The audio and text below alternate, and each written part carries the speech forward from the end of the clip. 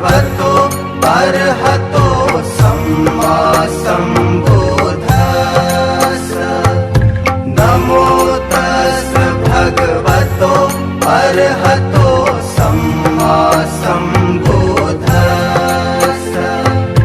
नमो तस् भगवतो अर्हतो सम्मा सम्बुद्धस्स।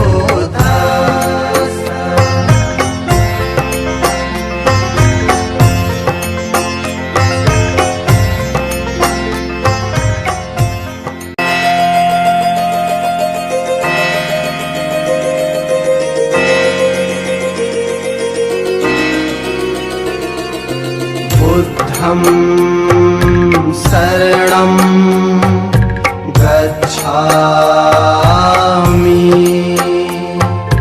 धम्मं शरणं गच्छामि।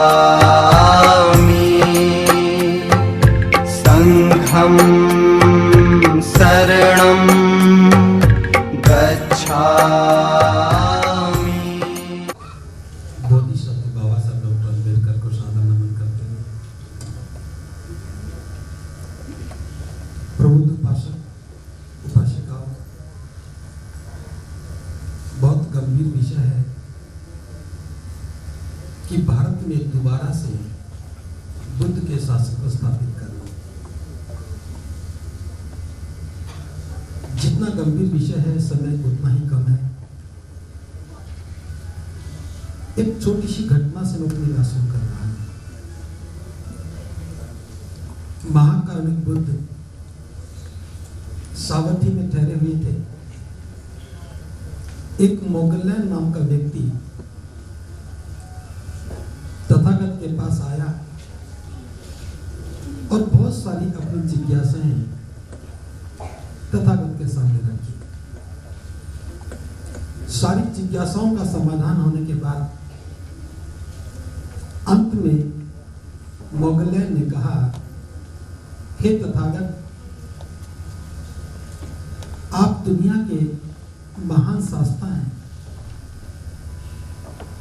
फिर भी मैं देख रहा हूं आपकी देशनाओं को सुनकर के कुछ लोगों का कल्याण तो हुआ है, लेकिन कुछ का बिल्कुल भी नहीं हुआ।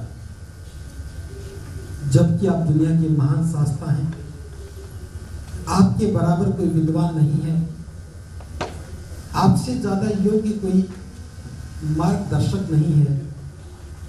हे तथागत, तो भी क्या कारण है कि आपकी देशनाओं को सुनकर के कुछ लोगों का ही कल्याण हुआ और कुछ का नहीं हुआ? तथागत के समझाने का अपना एक तरीका है। उन्होंने मोगलैन से ही कहा, हे मोगलैन, अगर कोई व्यक्ति तुम्हारे सामने आए और वो तुमसे राजगृह जाने का मार्ग पूछे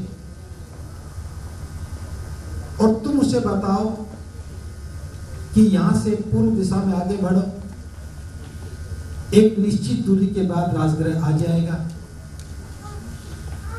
तुमने उस व्यक्ति को पूर्व दिशा में चलने के लिए कहा और वो व्यक्ति पश्चिम दिशा में चल पड़े, तो क्या राजगृह पहुंचेगा? मोगलैन ने कहा कि तथागत, वो तो बिल्कुल भी नहीं पहुंचेगा। फिर तथागत ने कहा कि उसी समय कोई दूसरा व्यक्ति आता है, वो भी तुमसे राजगृह जाने का ही मार्ग पूछता है और तुम उसे भी ठीक वैसे ही मार्ग बताते हो जैसे पहले वाले व्यक्ति को बताया, और जैसा जैसा तुमने बताया वो व्यक्ति वैसे ही वैसे चलने लगे, वो तो राजगृह पहुंच ही जाएगा। मोगलैन ने कहा कि तथागत, निश्चित रूप से वह व्यक्ति राजगृह पहुंचेगा। अब बुद्ध कहते हैं, हे मोगलैन, अब तुम ही बताओ, तुम्हारे सामने दो व्यक्ति आए, दोनों को ही राजगृह जाना था और दोनों ने तुम्ही से मार्ग पूछा। तुमने दोनों को एक ही मार्ग बताया, तो भी एक ही व्यक्ति राजगृह पहुंचा, दूसरा बिल्कुल भी नहीं पहुंचा। मोगलैंड कहता है कि ये तथागत, भला इसमें मैं क्या कर सकता हूं? मेरा काम तो रास्ता बताना था, चलने का काम तो उस व्यक्ति को ही करना था। बुद्ध कहते हैं, हे मोगलैंड, तो तुम भी इस बात से समझो, मैं किसी का मुक्तिदाता नहीं हूं, मैं किसी का मोक्षदाता नहीं हूं। मैं तो लोगों को उनके कल्याण का मार्ग बता देता हूं, और जो व्यक्ति मेरे बताए हुए मार्ग को ठीक से समझता है और ठीक चलता है, उसका कल्याण हो जाता है। जो नहीं समझता, उसका कल्याण नहीं होता है। प्रबुद्ध उपासक उपासिका 2500 वर्ष के बाद इस घटना को मैंने आपके सामने दोहराया है। इसलिए दोहराया है कि जिस काम के लिए हम यहां बैठे हैं, श्रद्धेय भंते मेहतानंद जी ने जो विषय चुना है कि भारत में दोबारा से बौद्ध शासन स्थापित हो जाए, हमें क्या करना चाहिए? मैं समझता हूं कि उत्तर मिल गया है। जैसा जैसा बुद्ध ने कहा, जैसा जैसा बाबा साहब ने कहा, हमें ठीक से सुनना चाहिए और ठीक से चलना चाहिए। जो ठीक सुनेगा वो मंजिल पर पहुंचेगा, और जो सुनता तो है, समझता नहीं है, चलता तो है लेकिन ठीक नहीं चलता है, वो मंजिल पर कभी भी नहीं पहुंचेगा। मैंने बताया कि विषय बहुत गंभीर है, समय बहुत कम है, फिर भी बहुत थोड़े शब्दों में बाबा साहब हमें बुद्ध की शरण में क्यों लेकर के गए? श्रद्धेय भंते जी, थोड़ा सा ध्यान डाइवर्ट हो रहा है, थोड़ा सा मैं साइलेंस चाहता हूं, थोड़ा सा मैं साइलेंस चाहता हूं प्लीज। बाबा साहब हमें बुद्ध की शरण में क्यों लेकर गए? क्योंकि हम जहां थे वो जगह ठीक नहीं थी, वहां मानवता नहीं थी, कल्याण की कोई बात नहीं थी, सम्मान स्वाभिमान नहीं था, पशुओं से बदतर हमारा जीवन था। उन सारी समस्याओं का समाधान होना चाहिए। हम इंसान हैं तो हमें इंसानियत की तरह रहना चाहिए। हम मानव हैं तो हमारे साथ मानवीय व्यवहार होना चाहिए।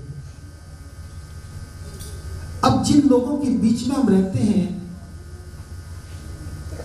उन्होंने हम पर जुल्म किए, हमारी हालत को बदतर किया,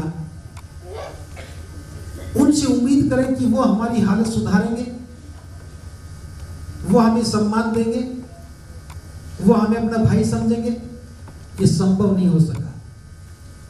बाहर के तालाब का आंदोलन हो, नासिक के मंदिर का परिवेश का आंदोलन हो, या गोलमेज कॉन्फ्रेंस में जाकर के लिए गए अधिकारों का मामला हो,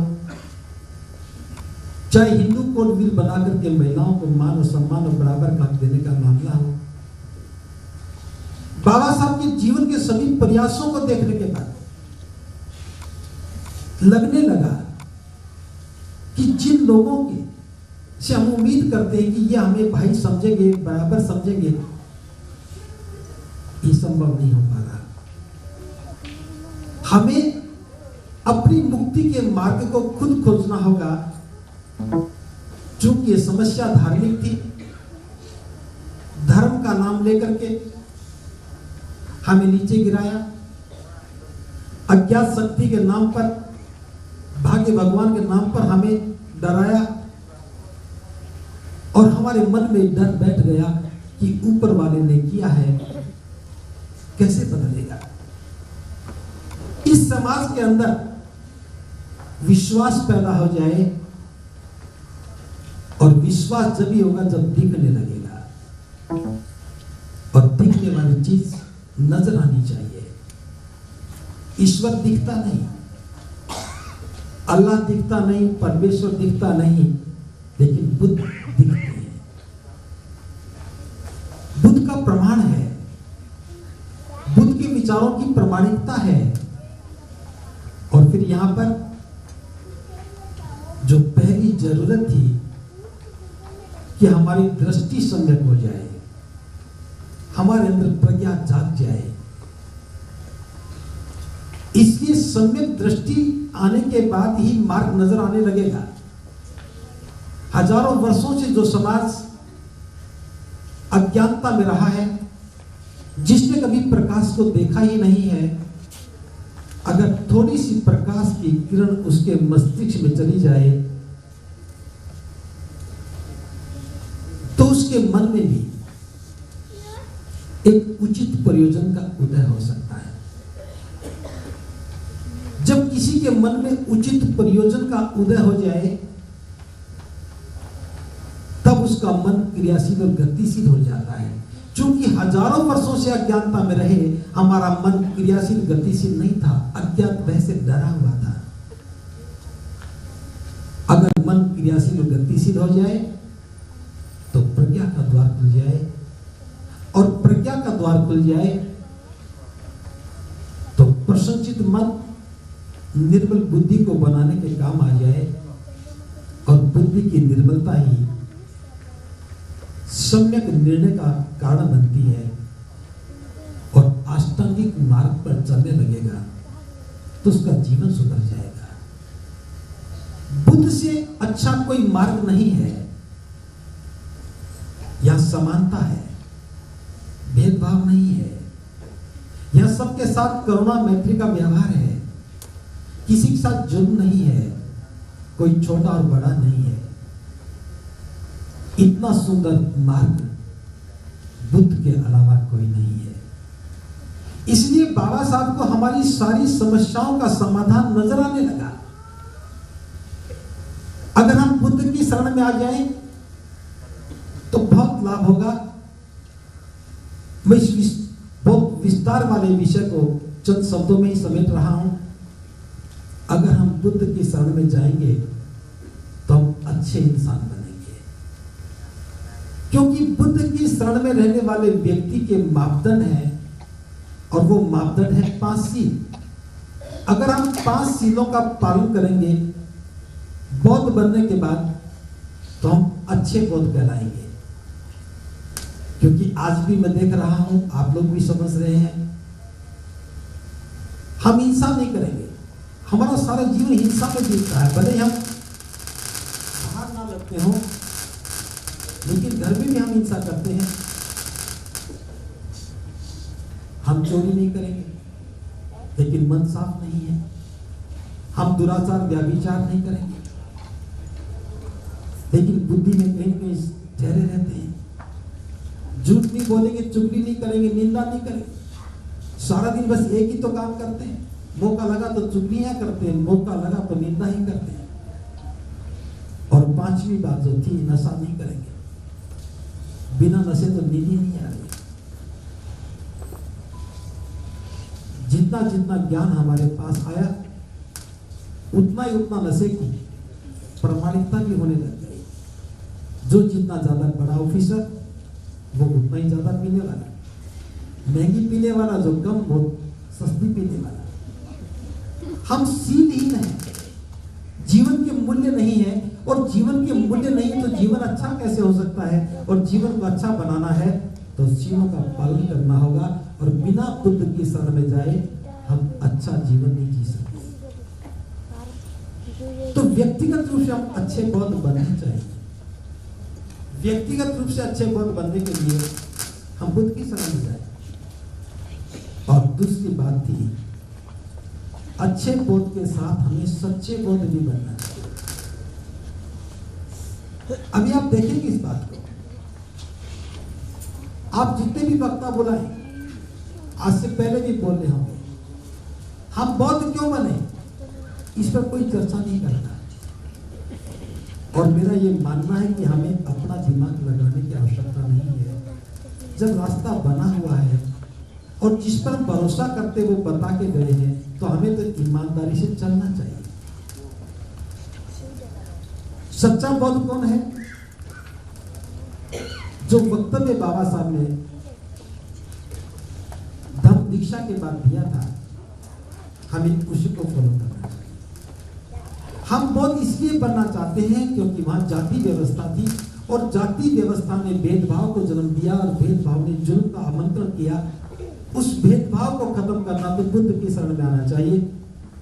अब जो बौद्ध बने हैं उन्हें जाति छोड़नी चाहिए। अगर जाति छोड़ करके बौद्ध बनेंगे तो हमारी सोचने की दिशा बदलेगी। बौद्ध व्यक्ति के साथ संबंध स्थापित करेगा। जो छोटे बड़े की भावना है, ऊंच नीच की भावना खत्म हो जाएगी। हमें ईमानदारी के साथ जाति छोड़ करके ही बौद्ध बनना चाहिए था। लेकिन दोबारा से भारत में जो बुद्ध शासन ने दस्तक दी है, आने लगा है, अफसोस है कि हम जातियों से प्रेम करने लगे हैं। बौद्ध बने हैं लेकिन जाति छोड़ी नहीं है, और जाति नहीं छोड़ेंगे तो ये भेद बुद्ध के धम्म में भी आ जाएगा। बाबा साहब ने कहा था कि धम्म में आने के बाद हमें जाति और जाति की पहचान को खत्म करके और नाम को भी बदलना चाहिए। लेकिन मैं देख रहा हूं कि जो बौद्ध बने हैं उनके वही नाम चल रहे हैं। अगर मैं बोलूं किसी का वो नाम हो तो बुरा ना माने। अबौद्ध थे तब भी खोबरा गड़े थे, बौद्ध बनने के बाद भी खोबरा गड़े। बौद्ध बनने से पहले खापड़े थे, आज भी खापड़े हैं। पहले नागले थे, आज भी नागले हैं। पहले नायक थे, आज भी नायक हैं। धम्म की शरण में आने के लिए पिछली बातों को छोड़ना चाहिए, तभी हम श्रेष्ठ जीवन जिएंगे, अच्छा बौद्ध बनेंगे। और जो ही हम जाति की भावना से ऊपर उठ करके केवल बौद्ध बनने की बात करते, हमारे अंदर बौद्ध समाज का निर्माण होने लगता है। जाति के संपूर्ण विनाश में बाबा साहब ने कहा है हमें अपनी व्यवस्था का निर्माण करना चाहिए। जाति के आधार पर हमें कोई काम नहीं करना चाहिए। जाति एक दैत्य है। तुम जिस भी दिशा में जाओगे जातिवाद के दैत्य से दो हाथ करने पड़ेंगे, और जब तक इसे नहीं मारोगे किसी भी दिशा में किया गया प्रयास कोई परिणाम नहीं देगा। जाति की बुनियाद पर जो भी निर्माण करोगे चटक जाएगा, टूट जाएगा। बाबा साहब की दुनिया से जाने के बाद हम जाति की बुनियाद पर निर्माण कर रहे हैं। बौद्ध धर्म भी जाति की बुनियाद पर खड़ा कर रहे हैं। कोई लाभ नहीं होगा, कहने को तो बुद्ध शासन होगा, लेकिन जिस व्यवस्था से हम निकलने की बात कर रहे हैं वो उसी का एक प्रतिरूप होगा। क्यों आएंगे? अगर यहां भी जाति है वहां भी जाति है तो बौद्ध क्यों बनेंगे? दूसरी बात, बुद्ध की शरण में आने के बाद हमारी आस्था के केंद्र बदल जाने चाहिए। हम बौद्ध हैं तो बुद्ध हमारे शास्ता हैं, हमें उन्हीं के बताए मार्ग पर चलना चाहिए। हम बौद्ध बनकर के भी अबौद्ध रहते हैं, कुछ बुद्ध से मांग लेते हैं, कुछ पहले वालों से मांग लेते हैं, वंदना भी कर लेते हैं, पूजा पाठ भी कर लेते हैं, यहां भी पूजा ही करते हैं। पूजा से तो बाहर निकलना था, लेकिन यहां भी पूजा ही करते हैं। वहां भी कर्मकांड से बाहर निकलना था। पुरोहितों ने कर्मकांड को जन्म दिया, आत्मा परमात्मा के नाम पर, आत्मा की शुद्धि के नाम पर कर्मकांड को जन्म दिया, और बौद्ध बनने के बाद भी हम कर्मकांड के जन्म दे रहे हैं परित्राण के नाम पर। बौद्ध बनने के बाद हमारी कल्चर बदलनी चाहिए, और कल्चर बदलने के लिए केवल बुद्ध के ही मार्ग पर हमें चलना चाहिए। लेकिन हम दोनों कल्चर को मिलाकर के तीसरी कल्चर बना रहे हैं जिसको बुद्ध का नाम दे रहे हैं। बौद्ध बनने के बाद गरीबी खत्म हो जाएगी, ये लोगों को बताना चाहिए। आप कहेंगे गरीबी कैसे खत्म होगी?